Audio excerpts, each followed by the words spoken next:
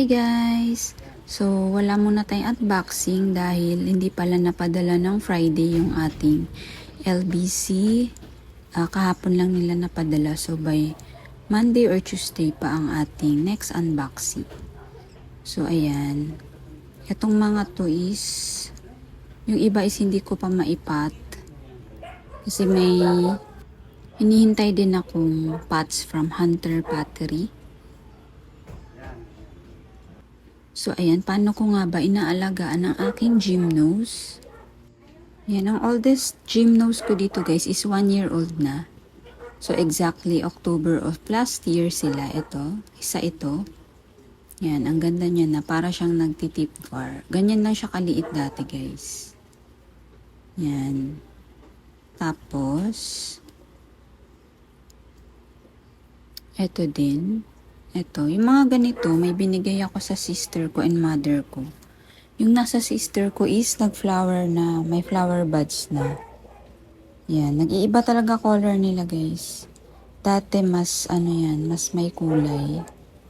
Tsaka ito, ma-orange to dati. Ngayon yellow na lang. Siguro kasi morning sun lang ako. So ayan, lumaki na rin to ng sobra. Yan, daming pops niyan and siguro magpa-flower na rin yan next. Kasi yung binigay ko sa sister ko, gantong size din. Nag-flower buds na. Ayan, ito naman yung mga small size ko before, as in sobrang liit. Nasa compact pa sila mga to. Ito, ang kasama niyan is, ayan sa gilid. So, ayan, ipapat na rin natin yung iba rito para maipakita ko yung ating soil mix. So, dati guys, ang treatment ko sa kanila is like succulents. Pagkadating, ini-order ko ng 3 to 5 days. And then, yung soil mix nila dati is same lang sa succulents, pero as in yung super dry din. So, tinitreat ko talaga as succulents. Pero, nalaman ko pala, moist soil. Itatanim nyo ang gymno nyo ng moist soil. Parang ganito. Si Ramgo kasi moist talaga yan eh. Ayan o. So, ito hindi ko na yan dinadry. Kasi mostly tinatanim ko ngayon is Gymno Astro. So, hinahayaan ko na moist. And then, one day after receiving, tinatanim ko na. Hindi ko na hinihintay ng 3 to 5 days. So, one day lang napahinga from the box. Yan, pwede nyo na itanim. Kasi, ayan, lumalambot na. Hindi sila tulad ng succulents na niintay pang mag-roots. Ito, nag-roots na sila talaga sa moist soil. Yan.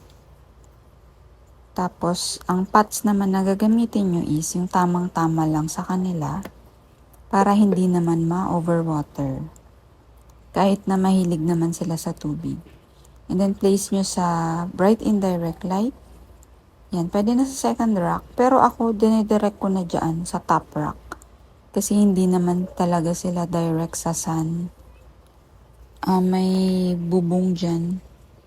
And then, konting dilig after 5 days.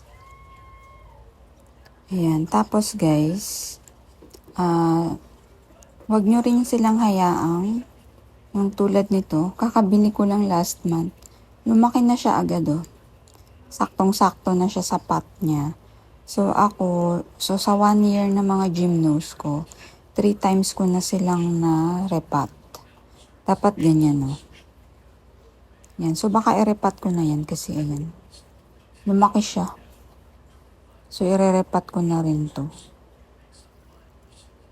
And then, sunlight, yun nga, sa umpisa, bright indirect light. And then, pwede na yan sa direct sun para lumabas talaga yung kanilang kulay. Ayan, watering. After 3 days, introduce na sa tubig, konti lang sa gilid ng pot. And then, after 3 days ulit, konti ulit. Tapos 1 week is full watering na. And then guys, gumagamit ako ng pesticide na Starkle G. Ayan, may pala to. Hindi ito yung pots na binibili ko. Malaki yung butas. Natatamad kasi ako maglagay ng mesh tape. Parang ano.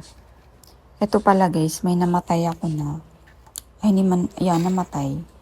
Nalusaw na. First time kong malusawan ng Gymno. Ano siya, from Pops. Isa siyang Pops. Kasi ano siya, ang ID niya is Bubbles. So, yun yung kagandahan pag from seed na Gymno. Matibay talaga ang from seed. Compared sa from ano, yung Pops ng mother.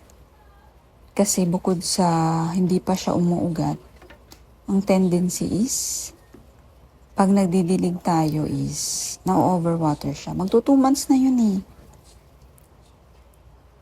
So, dilig ako ng dilig kasi naka 1 month na siya. Full watering na siya, okay naman siya. Tapos bigla na lang siyang malambot na pala. So, ayun, first time kong malusawan ng Gymno. So, mahirap pala mag-roots ang bubbles. Yan, ganyan lang yung paglagay ko ng ating insecticide na Starkle G. Eto guys, hindi to Gymno eh. Ano to, Bucasana mammillaria. Ano lang, inuna ko lang siyang tinanim kasi ano, malambot na siya. So, isa din siyang type ng cactus na parang corals.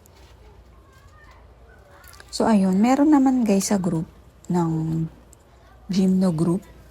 Merong pinababad nila sa tubig. Alam niyo yung may baso tas tubig sa ilalim. Ganun guys, nagro-roots. Pero ako, okay naman na ako based sa experience ko is, okay naman na sa moist soil. Mabilis talaga sila mag-roots guys. Except lang talaga dun sa may ID ko na bubbles. Ano siguro siya talaga, maselan. Ayan, ang cute niya oh. Para siyang para talaga siyang corals. Yan, excited akong mag-stable para parang magpipink lalo yung kanyang mga tips. Ayan oh, ang cute. Yan, so yan, nag-i-introduce ako ng water after 3 days. Sa gilid lang ng pot. Ito rin, isa rin tong hindi ko pa na root trim. Hindi ko na lang i-root trim. Saan kaya to bagay? Dito na lang. Ayan, sakto lang. And then guys, ang aking soil mix naman is for Gymno. More on Rambo soilless. Kasi siya, more on. May pagkakukupit siya na na durog. And then may CNS. And konting rice hull. Kasi mas mahilig ang Gymno sa water para sa ating succulents. Yan, kaya ang aking soil mix sa kanila is mas marami yung Ramgo kaysa sa CNS. Yung CNS guys is yung ready-made na nabibili sa mga malls or sa Shopee. Tapos, ang Ramgo naman, nabibili na rin yan sa mga groceries, sa mga DIY store, tsaka sa ang tawag dito sa Ace Hardware, yan. So, meron na dyan mga iba't ibang types ng soil mix. So, basta ang i-prepare nyo na soil mix for Gymno is yung mas nag-aano ng moisture. Yan. So, depende rin naman yan sa inyo eh. Ang cute nito. Bilog na bilog. Yan. Actually guys, mapupuno na yung ko rito. Yung racks ko. So, magkakaroon na naman ako ng pag-aayos.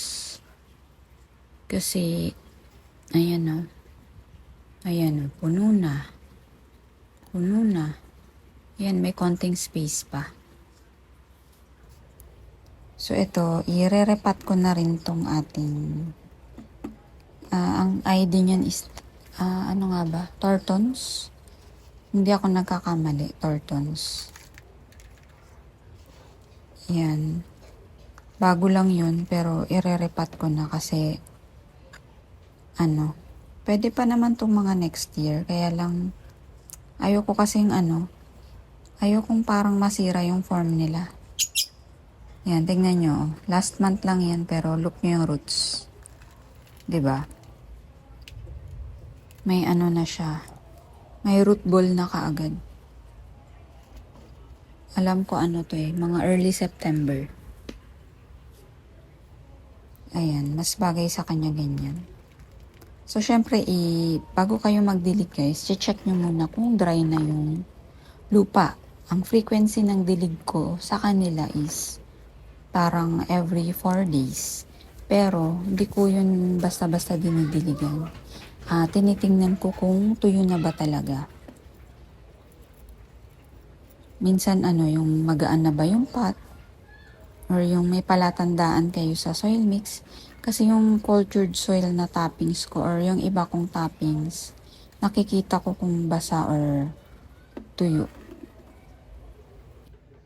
And then, basta stable na guys yung mga gymnos ko. Hose lang. Nililiguan ko talaga sila para luminis. Ayan, toppings nito is akadama. Yan, ang ginagamit ko is akadama, pero mostly is yung cultured soil ng plant culture PH. Pwede rin yun yung gamitin yung soil mix, kaya nga lang, siya, pricey. Kasi ang bilis mag-roots ng gym na doon. Grabe, parang 2 days, 3 days lang. Kasi ganun ako, nagbabago isip ko. So, pag-uproot ko, may ugat na pala. Ayan. So, this is the akadama toppings. Meron ako ditong masato. Ang masato, mas mabigat siya. Ayan, masato yan. Madilim na kasi guys, hapon na. Yan yung masato. Pero, mostly dito, puro cultured soil. Yan, itim. Yan, black. Ay guys, may binili pala akong toppings. Sa pinch pot, bataan din. Yan ang cultured soil. Kita nyo pag dry na o ganyan. Papakita ko pag dumating na. Hindi kasi nakasabay dito sa package ko eh. Galing Thailand siya na toppings.